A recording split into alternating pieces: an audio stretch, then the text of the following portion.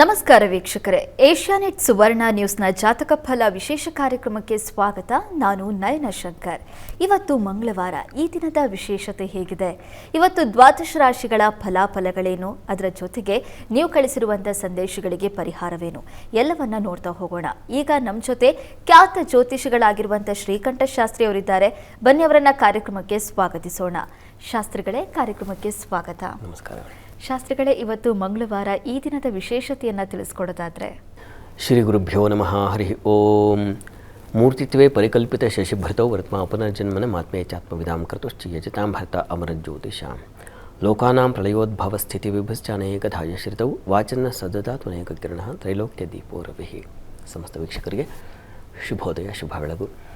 ಈ ದಿನದ ಸಂದೇಶಗಳನ್ನು ಪರಿಶೀಲಿಸುವ ಪೂರ್ವದಲ್ಲಿ ಹೊತ್ತಿನ ಪಂಚಾಂಗವನ್ನು ಗಮನಿಸಿಕೊಳ್ಳೋಣ. ಶ್ರೀ ವಿಶ್ವಾವಸುನಾಮ ಸಂವತ್ಸರ ದಕ್ಷಿಣಾಯಣ ಹೇಮಂತ ಋತು ಮಾರ್ಗಶಿರ ಮಾಸ ಕೃಷ್ಣ ಪಕ್ಷವಾಗಿದೆ.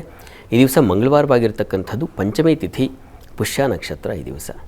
ಈ ದಿವಸ ಮಂಗಳವಾರವೂ ಆಗಿದೆ, ಪಂಚಮಿಯೂ ಸೇರಿದೆ. ತುಂಬ ಚೆನ್ನಾಗಿದೆ. ಲಲಿತಾರಾಧನೆಗೆ ಅಮ್ಮನವ್ರ ಪ್ರಾರ್ಥನೆ ದೇವಸ್ಥಾನಗಳಲ್ಲಾಗಬಹುದು, ಮನೆಯಲ್ಲಾಗಬಹುದು, ಎಲ್ಲಾದರೂ ಸರಿ. ಅಂತೂ ಶ್ರದ್ಧೆಯಿಂದ ಭಕ್ತಿಯಿಂದ ಅಮ್ಮನವರ ಪ್ರಾರ್ಥನೆ, ಅಮ್ಮನವ್ರಿಗೊಂದು ತುಪ್ಪದ ದೀಪ ಹಚ್ಚತಕ್ಕಂಥದ್ದು, ಲಲಿತಾ ಸಹಸ್ರನಾಮ ಹೇಳ್ಕೊಳ್ತಕ್ಕಂಥದ್ದು, ಯಾವುದು ನಿಮ್ಮ ಕೈಲಿ ಭಕ್ತಿಯಿಂದ ಇದನ್ನು ಮಾಡ್ತೀನೋ. ಒಂದು ನಾಮಾವಳಿ ಹೇಳಿದ್ರೂ ಆಗುತ್ತೆ, ಆದರೆ ಒಂದು ನಾಮಾವಳಿ ಹೇಳುವ ಸಂದರ್ಭದಲ್ಲಿ ನಮ್ಮ ಮನಸ್ಸು ಬೇರೆ ಬೇರೆ ಆಲೋಚನೆಗಳನ್ನು ಮಾಡದೇ ಇದ್ದರೆ ಒಂದು ನಾಮಾವಳಿ ಹೇಳಿದ್ರೂ ಆಗತ್ತೆ. ಆ ರೀತಿಯಲ್ಲಿ ಭಕ್ತಿಯಿಂದ ಶ್ರದ್ಧೆಯಿಂದ ಅಮ್ಮನವರ ಪ್ರಾರ್ಥನೆ ಮಾಡಿಕೊಳ್ಳಿ. ಆ ಲಲಿತಾ ಕೃಪೆ ತಮಗಾಗಲಿ. ಶಾಸ್ತ್ರಿಗಳೇ, ಈ ದಿನದ ವಿಶೇಷತೆ ಜೊತೆಗೆ ಲಲಿತಾ ಸಹಸ್ರನಾಮವನ್ನು ಪಠಿಸೋದ್ರಿಂದ, ಕೇಳೋದ್ರಿಂದ ತಮ್ಮ ಕಷ್ಟಗಳನ್ನು ದೂರ ಮಾಡ್ಕೋಬೋದು ಅನ್ನೋದನ್ನು ತಿಳಿಸ್ಕೊಟ್ರಿ. ಈಗ ವೀಕ್ಷಕರು ಸಂದೇಶ ಕಳಿಸಿದ್ದಾರೆ, ಅದನ್ನು ನೋಡ್ತಾ ಹೋಗೋಣ. ಶಾಸ್ತ್ರಿಗಳೇ, ಮೊದಲನೇ ಸಂದೇಶವನ್ನು ಇಳಕಲ್ನಿಂದ ತುಳಸಿ ಅವರು ಕಳಿಸಿದ್ದಾರೆ. ತುಳಸಿ ಅವರ ಜನ್ಮ ದಿನಾಂಕ 1/5/2006. ಹುಟ್ಟಿದ ಸಮಯ ಮಧ್ಯರಾತ್ರಿ 12 ಗಂಟೆ. ಕೆಲಸದ ಬಗ್ಗೆ ತಿಳಿಸ್ಕೊಡಿ ಅಂತ ಪ್ರಶ್ನೆ ಕೇಳಿದ್ದಾರೆ ಶಾಸ್ತ್ರಿಗಳೇ. ತುಳಸಿ ಅವರ ಪ್ರಶ್ನೆ ಅದು ಕೆಲಸಕ್ಕೆ ಸಂಬಂಧಿಸಿದೆ ಅಲ್ವಾ? ಹೌದು ಶಾಸ್ತ್ರಿಗಳೇ. ಜಾತಕ ನೋಡೋಣ. ನೋಡಿ, ತಮ್ಮದು ಮಕರ ಲಗ್ನವಾಗಿದೆ. ಲಗ್ನದಿಂದ ಕರ್ಮಾಧಿಪತಿ ಶುಕ್ರ ನಿಮ್ಮ ಜಾತಕದಲ್ಲಿ ತುಂಬ ಚೆನ್ನಾಗಿದೆ. ಉಚ್ಚ ಸ್ಥಾನದಲ್ಲಿದ್ದರೆ ಸ್ವಚ್ಛೆ ಪೂರ್ಣಂ ಸುತ್ರಿಕೋಣೆ ತ್ರಿಪಾದಂ ಅಂತ ಒಂದು ಸೂತ್ರ ಇದೆ. ಒಂದೊಂದು ಸ್ಥಾನದಲ್ಲಿ ಒಂದೊಂದು ಗ್ರಹಗಳಿದ್ದಾಗ ಒಂದೊಂದು ರೀತಿಯ ಫಲ ಅಂತ. ಉಚ್ಚ ಸ್ಥಾನದಲ್ಲಿದ್ದರೆ ತುಂಬ ಒಳ್ಳೆಯ ಫಲ ಅಂತ. ಶುಕ್ರ ತುಂಬ ಚೆನ್ನಾಗಿದ್ದಾನೆ, ಕರ್ಮಾಧಿಪತಿ. ಮತ್ತು ಕರ್ಮಸ್ಥಾನದಲ್ಲಿ ಆ ಗುರು ಇರ್ತಕ್ಕಂಥದ್ದು, ಗುರು ಶುಕ್ರರ ಪರಿವರ್ತನಾ ಯೋಗ ತುಂಬ ಒಳ್ಳೆಯದೆ. ನಿಮ್ಮ ಪಾಲಿಗೆ ಒಂದು ಅಧಿಕಾರ, ಒಂದು ರೀತಿಯ ಕೆಲಸದಲ್ಲಿ ಕೌಶಲ್ಯ, ಒಂದು ಸಾಮರ್ಥ್ಯ, ಇವುಗಳನ್ನೆಲ್ಲ ಸೂಚಿಸ್ತಾ ಇದೆ. ಹೀಗಾಗಿ ಕೆಲಸಕ್ಕೇನು ತೊಂದರೆ ಆಗುವುದಿಲ್ಲ, ತುಂಬ ಚೆನ್ನಾಗಿದೆ. ರವಿ ಕೂಡ ತುಂಬ ಬಲಿಷ್ಠನಾಗಿದ್ದಾನೆ, ಚಂದ್ರನೂ ಚೆನ್ನಾಗಿದ್ದಾನೆ. ಹೀಗೆ ಹಲವು ಬಗೆಗಳಲ್ಲಿ ಜಾತಕ ತುಂಬ ಚೆನ್ನಾಗಿದ್ದಾಗ ಒಂದು ಒಳ್ಳೆಯ ರಾಜಯೋಗ ಆ ರೀತಿಯಲ್ಲಿ ಇದೆಯಪ್ಪ. ಚೆನ್ನಾಗಿದೆ, ಚೆನ್ನಾಗಿರ್ತೀರಾ, ಒಳ್ಳೆಯದಾಗಲಿ ತಮಗೆ. ಸರಿ ಶಾಸ್ತ್ರಿಗಳೇ, ಮುಂದಿನ ಸಂದೇಶವನ್ನು ಬೆಂಗಳೂರಿನಿಂದ ಅನಘಶ್ರೀ ಅವರು ಕಳಿಸಿದ್ದಾರೆ.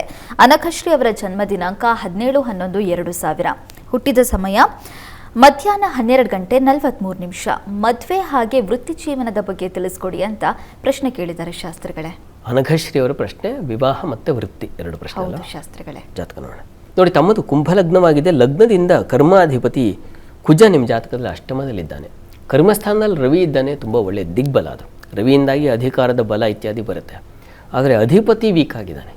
ಈ ಕಾರಣದಿಂದಾಗಿ ತಪ್ಪದೇ ನೀವು ಸುಬ್ರಹ್ಮಣ್ಯನ ಆರಾಧನೆ ಮಾಡಬೇಕು. ಪ್ರತಿ ಮಂಗಳವಾರ ಸುಬ್ರಹ್ಮಣ್ಯ ಸನ್ನಿಧಾನಕ್ಕೆ ಸ್ವಲ್ಪ ಕೊಬ್ಬರಿ ಕಲ್ಸಕ್ಕರೆ ಇದನ್ನು ಪ್ರತಿ ಮಂಗಳವಾರ ಕೊಟ್ಟು ಬನ್ನಿ. ನೀವು ವೃತ್ತಿ ಜೀವನ ಚೆನ್ನಾಗಿರಬೇಕು ಅಂದರೆ ಪ್ರತಿ ಮಂಗಳವಾರ ಮಾಡಬೇಕಿದ್ದಾನೆ. ನೀವು ಊರಲ್ಲಿರಿ, ಬೇರೆ ಊರಿಗೆ ಹೋಗಿ ಇನ್ನೇನೇ ಮಾಡಿ, ಅಂತೂ ಮಂಗಳವಾರ ಬಂದರೆ ಸುಬ್ರಹ್ಮಣ್ಯನ ಆರಾಧನೆ ಮಾಡಬೇಕು. ಅದರಿಂದ ನಿಮಗೆ ಕೆಲಸದಲ್ಲಿ ಒಂದು ಬಲ ಬರುತ್ತೆ, ತನ್ಮೂಲಕ ಅನುಕೂಲ ಉಂಟಾಗುತ್ತೆ. ಇದನ್ನು ಮಾಡಿ ತಪ್ಪದೆ. ಇನ್ನು ವಿವಾಹಕ್ಕೆ ಸಂಬಂಧಿಸಿದ ಹಾಗೆ ಅಷ್ಟಮದಲ್ಲಿ ಕುಜ ಇದ್ದಾನೆ. ಈ ಕಾರಣದಿಂದಾಗಿ ಕುಜ ಶಾಂತಿ ಒಂದು ಮಾಡಿಸ್ಬೇಕು. ಆ ಶಾಂತಿ ಮಾಡೋದ್ರಿಂದಾಗಿ ನಿಮ್ಮ ವಿವಾಹದ ಸಂದರ್ಭ, ಅಲ್ಲಿ ಏರ್ಪಾಡಾಗ್ತಕ್ಕಂಥ ತೊಡಕು ಅವೆಲ್ಲ ಬಿಡಿಸಿ ಹೋಗುತ್ತೆ. ನಂತರ ಜೀವನ ಚೆನ್ನಾಗಿರುತ್ತೆ. ಆತಂಕ ಬೇಡ. ಕುಜ ಶಾಂತಿ ಮಾಡಿಸಿದ್ರೆ ವಿವಾಹ ಜೀವನವೂ ತುಂಬ ಚೆನ್ನಾಗಿರುತ್ತೆ. ಒಳ್ಳೆಯದಾಗಲಿ. ಸರಿ ಶಾಸ್ತ್ರಿಗಳೇ, ಮುಂದಿನ ಸಂದೇಶವನ್ನು ಹುಬ್ಳಿಯಿಂದ ಜ್ಯೋತಿ ಅವರು ಕಳಿಸಿರುವುದು. ಜ್ಯೋತಿ ಅವರ ಜನ್ಮ ದಿನಾಂಕ 7/9/1976. ಹುಟ್ಟಿದ ಸಮಯ ಮಧ್ಯಾಹ್ನ 1 ಗಂಟೆ 30 ನಿಮಿಷ. ಕೆಲಸ, ಸಂಸಾರ ಹಾಗೂ ಆರೋಗ್ಯದ ಬಗ್ಗೆ ತಿಳಿಸ್ಕೊಡಿ ಅಂತ ಪ್ರಶ್ನೆ ಕೇಳಿದ್ದಾರೆ ಶಾಸ್ತ್ರಿಗಳೇ. ಜ್ಯೋತಿ ಅವರ ಪ್ರಶ್ನೆ ಕೆಲಸ, ಸಂಸಾರ ಹಾಗೂ ಆರೋಗ್ಯದ ಬಗ್ಗೆ ಕೇಳಿದ್ದಾರೆ. ಹೌದು ಶಾಸ್ತ್ರಿಗಳೇ. ಜಾತಕ ನೋಡೋಣ. ಮೊದಲಿಗೆ ಆರೋಗ್ಯ ನೋಡೋಣ. ನೋಡಿ, ತಮ್ಮದು ಧನು ಲಗ್ನವಾಗಿದೆ. ಲಗ್ನಾಧಿಪತಿ ಷಷ್ಠದಲ್ಲಿದ್ದಾನೆ, ರೋಗ ಸ್ಥಾನದಲ್ಲಿದ್ದಾನೆ. ಪ್ರಸ್ತುತ ನಿಮಗೆ ಶನಿ ದಶೆಯಲ್ಲಿ ನಡೀತಾ ಇರತಕ್ಕಂಥದ್ದು ಈಗ ರಾಹುವಿನ ಭಕ್ತಿ. ನೋಡಿ, ಈ ಫೆಬ್ರವರಿ ನಂತರದಲ್ಲಿ ನಿಮಗೆ ಆರೋಗ್ಯದ ಸ್ವಲ್ಪ ಏರುಪೇರು ಆಗಬಹುದು. ಆರೋಗ್ಯದ ಕಡೆ ಗಮನ ಇರಲಿ. ಆರೋಗ್ಯ ಬಹಳ ಮುಖ್ಯ. ಒಂದು ಫೆಬ್ರವರಿ ನಂತರ ಜನ್ಮ ಲಗ್ನಾಧಿಪತಿ, ಲಗ್ನ ಅಂದರೆ ಶರೀರ ಅಂತ ಅರ್ಥ, ಆ ಅಧಿಪತಿ 6ನೇ ಮನೆಯಲ್ಲಿದ್ದು ಅವನ ಕಾಲ ಶುರುವಾದರೆ ಸ್ವಲ್ಪ ತೊಡಕಾಗುತ್ತೆ. ಹೀಗಾಗಿ ಸ್ವಲ್ಪ ಆರೋಗ್ಯದ ಕಡೆ ಗಮನ ಇರಲಿ. ಇನ್ನು ಉಳಿದ ಹಾಗೆ ಸಂಸಾರದ ಬಗ್ಗೆ ಕೇಳಿದ್ದೀರ. ಸಂಸಾರದಲ್ಲಿ ಏನಾಗಿದೆ, ಅಲ್ಲಿ ಕುಜ ಶುಕ್ರ ನೀಚನಾಗಿರತಕ್ಕಂಥದ್ದು, ಬುಧ ಚೆನ್ನಾಗಿಲ್ಲ ಅಂತಲ್ಲ, ಅದು ಸ್ವಲ್ಪ ಸಮಾಧಾನ ಕಡಿಮೆ ಇರುತ್ತದೆ. ಈ ಕಾರಣದಿಂದಾಗಿ ನೀವು ವಿಷ್ಣು ಸಹಸ್ರನಾಮ ಹೇಳ್ಕೊಳ್ಳಿ. ನರಸಿಂಹನ ಆರಾಧನೆ ಬಹಳ ಮುಖ್ಯವಾಗಬೇಕು. ಪ್ರತಿ ಮಂಗಳವಾರ ನರಸಿಂಹ ಸನ್ನಿಧಾನದಲ್ಲಿ ಪಂಚಾಮೃತ ಅಭಿಷೇಕ ಮಾಡಿಸಿ. ಅದು ನಿಮ್ಮ ಸಂಸಾರದಲ್ಲಿ ಒಂದು ರೀತಿಯ ಶಾಂತತೆಯನ್ನು ತಂದುಕೊಡುತ್ತೆ. ಇನ್ನು ಕೆಲಸಕ್ಕೆ ಸಂಬಂಧಿಸಿದ ಹಾಗೆ ಚೆನ್ನಾಗಿದೆ, ಆತಂಕ ಬೇಡ. ವೃತ್ತಿಯಲ್ಲಿ ಒಂದು ಒಳ್ಳೆಯ ಬಲ ಇದೆ. ಅದೇ ವಿಷ್ಣು ಸಹಸ್ರನಾಮ ಹಾಗೂ ನರಸಿಂಹನ ಆರಾಧನೆಯಿಂದ ಎಲ್ಲ ಬಗೆಯ ತೊಡಕು ನಿವಾರಣೆ ಆಗುತ್ತೆ. ಇದನ್ನು ಮಾಡಿ, ಒಳ್ಳೆಯದಾಗಲಿ. ಸರಿ ಶಾಸ್ತ್ರಿಗಳೇ, ಮುಂದಿನ ಸಂದೇಶವನ್ನು ಬೆಂಗಳೂರಿನಿಂದ ಬಸವರಾಜ್ ಅವರು ಕಳಿಸಿದ್ದಾರೆ. ಬಸವರಾಜ್ ಅವರ ಜನ್ಮ ದಿನಾಂಕ 1/9/1974. ಹುಟ್ಟಿದ ಸಮಯ ಸಂಜೆ 4:30. ಕೆಲಸದಲ್ಲಿ ಅಡೆತಡೆ ಇದೆ, ಯಾವ ಕೆಲಸನೂ ಪೂರ್ತಿ ಆಗ್ತಾ ಇಲ್ಲ, ಇದಕ್ಕೊಂದು ಪರಿಹಾರ ತಿಳಿಸ್ಕೊಡಿ ಅಂತ ಪ್ರಶ್ನೆ ಕೇಳಿದ್ದಾರೆ ಶಾಸ್ತ್ರಿಗಳೇ. ಬಸವರಾಜ್ ಅವರ ಪ್ರಶ್ನೆ ಕೆಲಸಕ್ಕೆ ಅಡೆತಡೆಗಳಾಗ್ತಾ ಇದೆ ಅಂತ. ಹೌದು ಶಾಸ್ತ್ರಿಗಳೇ. ಜಾತಕ ನೋಡಿ. ಕರ್ಮಾಧಿಪತಿ ಬಲಹೀನನಾಗಿದ್ದರೆ ಕಾರ್ಯಗಳ ಸಾಮಾನ್ಯ ತೊಂದರೆ ಆಗುತ್ತೆ. ನಿಮ್ಮ ಜಾತಕ ನೋಡೋಣ. ನೋಡಿ, ತಮ್ಮದು ಮಕರ ಲಗ್ನವಾಗಿದೆ. ಲಗ್ನದಿಂದ ಕರ್ಮಾಧಿಪತಿ ಶುಕ್ರ ನಿಮ್ಮ ಜಾತಕದಲ್ಲಿ ಚಂದ್ರ ಕ್ಷೇತ್ರದಲ್ಲಿದ್ದಾನೆ. ಸ್ವಲ್ಪ ತುಂಬ ಬಲ ಅಂತ ಹೇಳಲಾರೆ. ಶುಕ್ರನಿಗೆ ತುಂಬ ಬಲ ಬೇಕು, ಆಗ ಅನುಕೂಲ ಉಂಟಾಗುತ್ತೆ. ಮತ್ತು ಪ್ರಸ್ತುತ ಕಾಲವನ್ನು ಗಮನಿಸಿದ್ರೆ ಈಗ ನಿಮಗೆ ಬುಧ ದಶೆಯಲ್ಲಿ ಈಗ ನಿಮಗೆ ಶುಕ್ರನ ಕಾಲವೇ ನಡೀತಾ ಇದೆ. ನಿಮಗೆ ನೋಡಿ, ನನಗನ್ಸುತ್ತೆ ಫೆಬ್ರವರಿ ನಂತರದಲ್ಲಿ ತುಂಬ ಅನುಕೂಲ ಉಂಟಾಗುತ್ತೆ. ಫೆಬ್ರವರಿ ನಂತರ ಶುಕ್ರ ಉಚ್ಚ ಸ್ಥಾನಕ್ಕೆ ಬರ್ತಾನೆ, ಅಂದರೆ ಉಚ್ಚಾಭಿಲಾಷಿಯಾಗಿ ಮುಂದುವರಿತಾನೆ. ಅಲ್ಲಿಂದ ನಿಮಗೆ ಅನುಕೂಲ ಆಗುತ್ತೆ, ಯೋಚನೆ ಮಾಡಬೇಡಿ. ಹತ್ತಿರದಲ್ಲಿ ಯಾವುದಾದ್ರು ಮಹಾಲಕ್ಷ್ಮಿ ಸನ್ನಿಧಾನ ಇದ್ದರೆ ಪ್ರತಿ ಶುಕ್ರವಾರ ಮಹಾಲಕ್ಷ್ಮಿ ಸನ್ನಿಧಾನಕ್ಕೆ ಸ್ವಲ್ಪ ತುಪ್ಪ ಸಮರ್ಪಣೆ ಮಾಡಿ. ಪ್ರತಿ 16 ಶುಕ್ರವಾರ ಆಗಬೇಕು. ಒಂದು ಶುಕ್ರವಾರ ಪ್ರಾರಂಭ ಮಾಡಿದ್ರೆ ನೀವು ಈಗ ಮಂಗಳವಾರ ಅಲ್ವಾ ಈ ದಿವಸ, ಬುಧವಾರ ಗುರುವಾರ ಶುಕ್ರ ನಾಡಿದ್ದು ಬರೋ ಶುಕ್ರವಾರದಿಂದ ಪ್ರಾರಂಭ ಮಾಡಿದ್ರೆ 16 ಶುಕ್ರವಾರ ಮಧ್ಯದಲ್ಲಿ ಎಲ್ಲೂ ಬ್ರೇಕ್ ಮಾಡಬಾರ್ದು. ಹಾಗೆ 16 ಶುಕ್ರವಾರ ಪೂರ್ಣ ಮಾಡಿ ತುಪ್ಪ ತೊಗೊಂಡು ಹೋಗಿ ಕೊಡೋದಷ್ಟೇ. ನಮಸ್ಕಾರ ಹಾಕಿ ಬನ್ನಿ, ಅನುಕೂಲ ಆಗುತ್ತೆ. ನೋಡಿ, ಪ್ರಯತ್ನ ಮಾಡಿ, ಒಳ್ಳೆಯದಾಗಿ.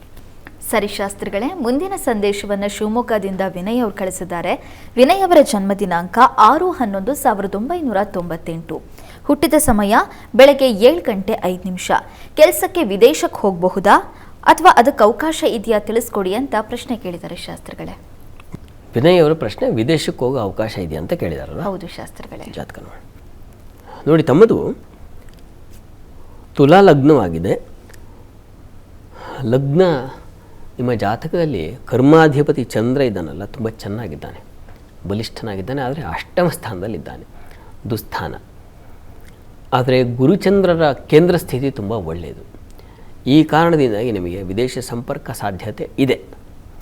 ಯಾವಾಗಿದೆ ಅಂತಂದರೆ, ಈಗ ನಡೀತಾ ಇರತಕ್ಕಂತಹ ನೋಡಿ 2029 ಜೂನ್ ದಾಟಬೇಕು, ಆಮೇಲೆ ನಿಮಗೆ ಅವಕಾಶ ಇದೆ, ಖಂಡಿತ ಇದೆ. 2029 ಆಗಸ್ಟ್ ನಂತರದಲ್ಲಿ ನಿಮ್ಮ ಪ್ರಯತ್ನಕ್ಕೆ ಫಲ ಸಿಗುತ್ತೆ. ಯೋಚನೆ ಮಾಡಬೇಡಿ, ಒಳ್ಳೆಯದಾಗಲಿ.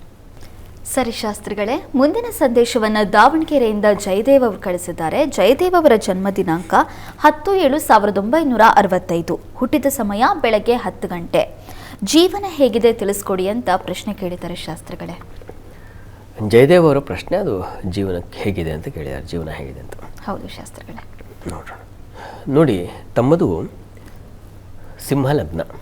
ಲಗ್ನದಿಂದ ಜೀವನ ಸ್ಥಾನ ಅಂತಲೇ ಹೊಂದಿದೆ. ಆ ಅಧಿಪತಿ ಶುಕ್ರ ನಿಮ್ಮ ಜಾತಕದಲ್ಲಿ ವ್ಯಯದಲ್ಲಿದ್ದಾನೆ. ಮತ್ತು ಗುರು ರಾಹು ಒಟ್ಟಾಗಿದ್ದಾರೆ ಆ ಸ್ಥಾನದಲ್ಲಿ. ಹೀಗಾಗಿ ಏನಾಗುತ್ತೆ, ಕಾಲಕ್ಕೆ ಬರಬೇಕಾದ ಯೋಗ್ಯತೆಗಳು, ಅಥವಾ ಯಾವುದೋ ಒಂದು ರೀತಿಯ ಪ್ರಶಂಸೆ, ಪ್ರತಿಷ್ಠೆ ಆ ಕಾಲಕ್ಕೆ ದಕ್ಕೋದಿಲ್ಲ, ಜಾರಿ ಹೋಗ್ಬಿಡುತ್ತೆ. ಈ ರೀತಿಯ ಒಂದು ಲಕ್ಷಣ ಇದೆ. ಈಗ ಪ್ರಸ್ತುತ ಕಾಲವನ್ನು ನೋಡಿದ್ರೆ ತಮಗೆ ಚಂದ್ರದಶೆಯಲ್ಲಿ ಈಗ ಶುಕ್ರನ ಕಾಲವೇ ನಡೀತಾ ಇದೆ ನೋಡಿ.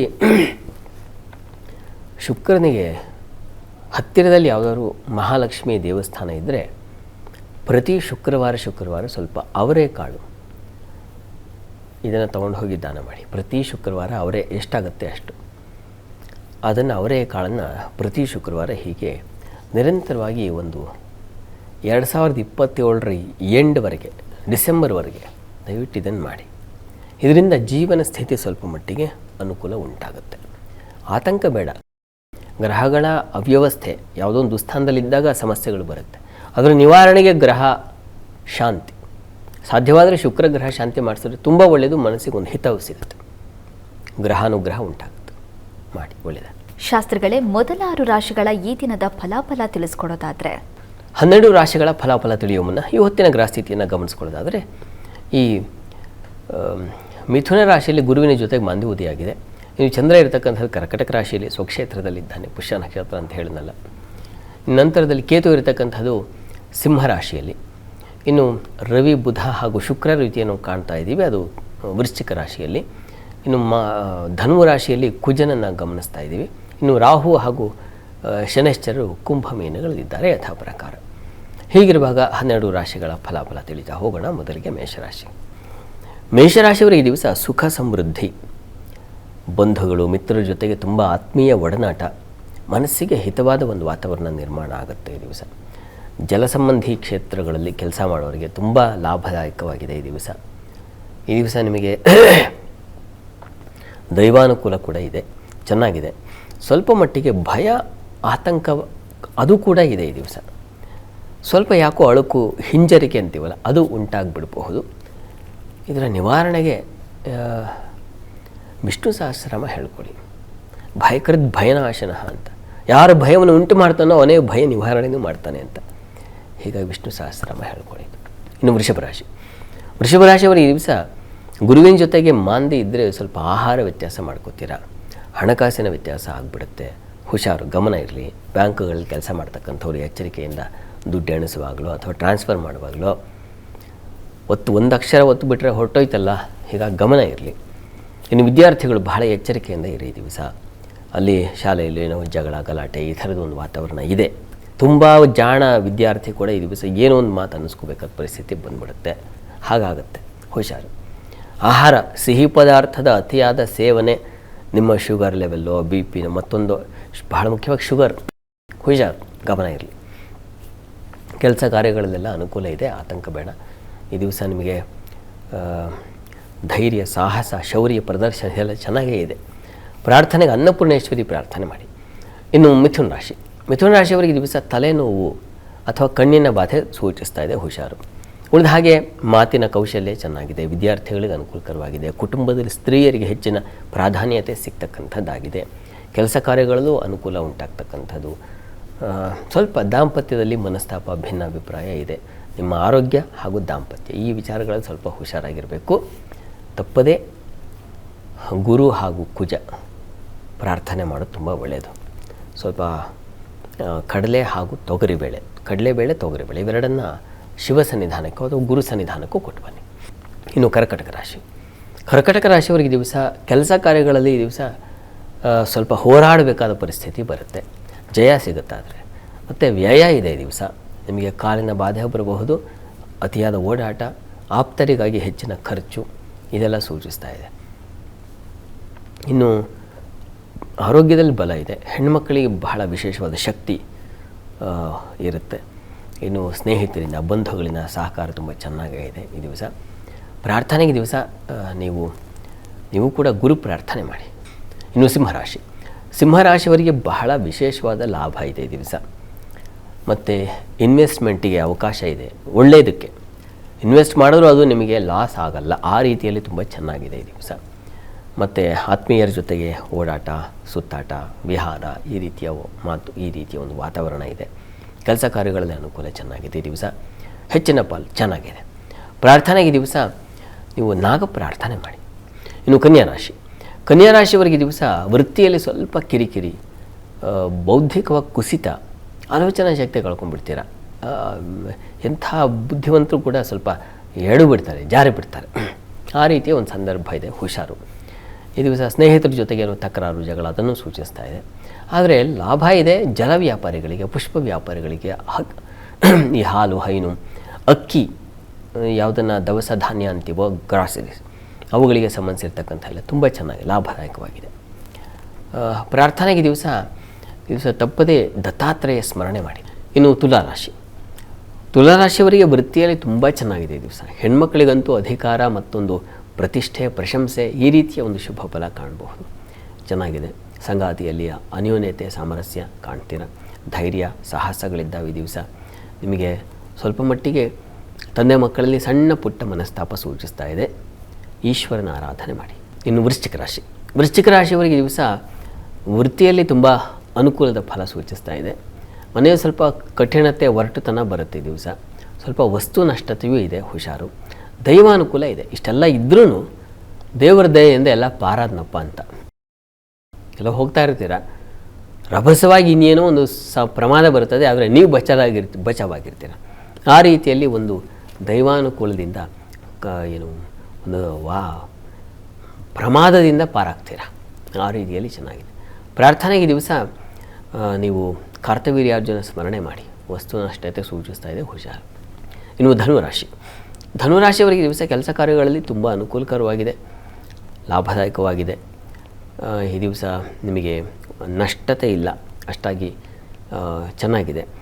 ದಾಂಪತ್ಯದಲ್ಲಿ ಸ್ವಲ್ಪ ಮನಸ್ತಾಪ, ಭಿನ್ನಾಭಿಪ್ರಾಯಗಳು ಜಾಸ್ತಿ ಇರ್ತದೆ ಈ ದಿವಸ. ಸ್ವಲ್ಪ ಸೈಲೆಂಟಾಗಿರೋದು ಬಹಳ ಒಳ್ಳೆಯದು. ಸ್ನೇಹಿತರ ಜೊತೆಗೆ ಒಳ್ಳೆಯ ವಿಹಾರ, ಒಳ್ಳೆಯ ರೀತಿಯ ಒಂದು ಮಾತುಕತೆ, ಅವರ ಸಂಘ ಚೆನ್ನಾಗಿರುತ್ತೆ ಈ ದಿವಸ. ಪ್ರಾರ್ಥನೆಗೆ ತಪ್ಪದೇ ಲಕ್ಷ್ಮೀನಾರಾಯಣರ ಪ್ರಾರ್ಥನೆ ಅಥವಾ ವಿಷ್ಣು ಸಹಸ್ರನಾಮ ಹೇಳಿಕೊಂಡ್ರು ಬಹಳ ಒಳ್ಳೆಯದು. ಇನ್ನು ಮಕರ ರಾಶಿ, ಮಕರ ರಾಶಿಯವರು ಈ ದಿವಸ ಕೆಲಸ ಕಾರ್ಯಗಳಲ್ಲಿ ತುಂಬ ಚೆನ್ನಾಗಿದೆ, ಲಾಭದಾಯಕವಾಗಿದೆ. ವಸ್ತ್ರ ವ್ಯಾಪಾರಿಗಳಿಗೆ ತುಂಬ ಚೆನ್ನಾಗಿದೆ. ದಾಂಪತ್ಯದಲ್ಲಿ ತುಂಬ ಅನ್ಯೋನ್ಯತೆ, ಸಾಮರಸ್ಯ ಚೆನ್ನಾಗಿದೆ. ಜಲ ವ್ಯಾಪಾರಿಗಳಿಗೆ ತುಂಬ ವಿಶೇಷವಾದ ಅನುಕೂಲ. ಮತ್ಸ್ಯೋದ್ಯಮದಲ್ಲಿರ್ತಕ್ಕಂಥವರಿಗೆ, ಹಾಲು ಹೈನುಗಾರರಿಗೆ ತುಂಬ ಲಾಭದಾಯಕವಾಗಿದೆ. ವ್ಯಾಪಾರದಲ್ಲಿ ಹೊಸ ಹೊಸ ಬಗೆಯ ಆಲೋಚನೆಗಳು, ಅನುಕೂಲಗಳು ಉಂಟಾಗ್ತಕ್ಕಂಥದ್ದು. ಆ ರೀತಿಯಲ್ಲಿ ತುಂಬ ಚೆನ್ನಾಗಿದೆ ಈ ದಿವಸ. ಸ್ವಲ್ಪ ಮಟ್ಟಿಗೆ ಸಾಲ, ಸ್ವಲ್ಪ ಮಟ್ಟಿಗೆ ಆರೋಗ್ಯದಲ್ಲಿ ಸ್ವಲ್ಪ ಏರುಪೇರು, ಇದನ್ನು ಕೂಡ ಸೂಚಿಸ್ತಾ ಇದೆ, ಹುಷಾರು. ಈ ದಿವಸ ದತ್ತ ಸನ್ನಿಧಾನದಲ್ಲಿ ಒಂದು ರುದ್ರಾಭಿಷೇಕ ಮಾಡಿಸಿ, ತುಂಬ ಅನುಕೂಲ ಆಗುತ್ತೆ. ಇನ್ನು ಕುಂಭರಾಶಿ, ಕುಂಭರಾಶಿಯವರ ಈ ದಿವಸ ಕೆಲಸ ಕಾರ್ಯಗಳಲ್ಲಿ ತುಂಬ ಅನುಕೂಲಕರವಾಗಿದೆ. ವೃತ್ತಿಯಲ್ಲಿ ಬಹಳ ವಿಶೇಷವಾದ ಲಾಭ ಕಾಣ್ತೀರ ಈ ದಿವಸ. ಅಧಿಕಾರದ ಲಾಭ ಕಾಣ್ತೀರ. ಹಿರಿಯರಿಂದ ಒಳ್ಳೆಯ ಸಲಹೆ ಸಿಗುತ್ತೆ ಈ ದಿವಸ. ಆದರೆ ಸ್ವಲ್ಪ ವಕ್ರ ಬುದ್ಧಿ ಇದೆ. ಮಾಂದಿ ಸೇರಿದಾಗ ಗುರು ಜೊತೆಗೆ ಎಂಥ ಬುದ್ಧಿವಂತರು, ಎಂಥ ಉತ್ತಮರು ಕೂಡ ಒಂದು ಯಾವುದೋ ಬೇಡದ ಕಲ್ಮಶ ಸೇರ್ಕೊಂಡ್ಬಿಡುತ್ತೆ ಬುದ್ಧಿಯಲ್ಲಿ ಕಲ್ಮಶ ಸೇರ್ಕೊಂಡ್ಬಿಟ್ರೆ ತೊಳೆಯೋದು ಹೇಗೆ? ಅದನ್ನು ಗುರು ಧ್ಯಾನ, ಗುರು ಸ್ಮರಣೆ, ಗುರು ಸೇವೆಯಿಂದ ಆ ಬುದ್ಧಿ ಸ್ವಚ್ಛವಾಗುತ್ತೆ. ಹೀಗಾಗಿ ಗುರು ಸನ್ನಿಧಾನಕ್ಕೆ ಹೋಗಿ ಬನ್ನಿ, ಯಾವುದಾದ್ರೂ ಸರಿ, ನಿಮ್ಮ ಗುರು ಪ್ರಾರ್ಥನೆ ಮಾಡಿ. ಇನ್ನು ಮೀನರಾಶಿ, ಮೀನರಾಶಿಯವರಿಗೆ ಈ ದಿವಸ ಕೆಲಸ ಕಾರ್ಯಗಳಲ್ಲಿ ತುಂಬ ಅನುಕೂಲಕರವಾಗಿದೆ. ಅಧಿಕಾರದ ಬಲ ಚೆನ್ನಾಗಿರ್ತದೆ ಈ ದಿವಸ.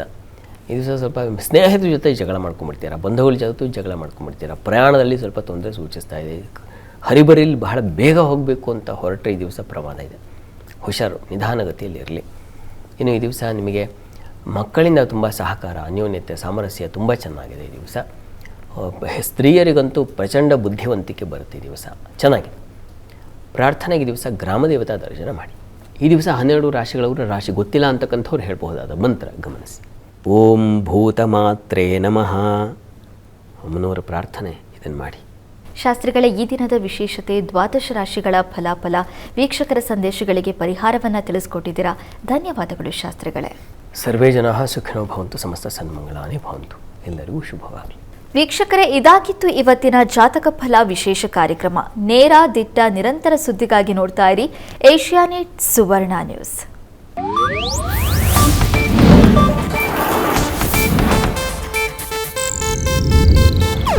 ಇದು ಏಷ್ಯಾನೆಟ್ ನ್ಯೂಸ್ ನೆಟ್ವರ್ಕ್ ಪ್ರಸ್ತುತಿ.